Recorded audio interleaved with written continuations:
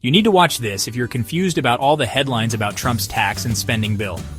Here's what really happened and why it matters. Let's break it down fast. First up, what's in the bill? The new legislation cuts taxes for individuals and businesses, aiming to boost the economy. For most Americans, you'll see a slight decrease in your federal taxes, maybe a few extra dollars in your paycheck each month. But these cuts are temporary for individuals, while corporate tax reductions are permanent. Now, where's the money coming from to pay for this? The bill also increases government spending, especially on defense and infrastructure.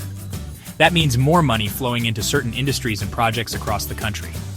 Here's the catch. Experts say this could add trillions to the national debt over the next decade.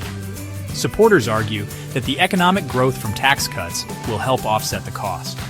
Critics, though, worry that the benefits favor corporations and the wealthy, and that rising debt could hurt future programs. So what does this mean for you? In the short term, expect a small tax break and maybe some new jobs in construction or defense.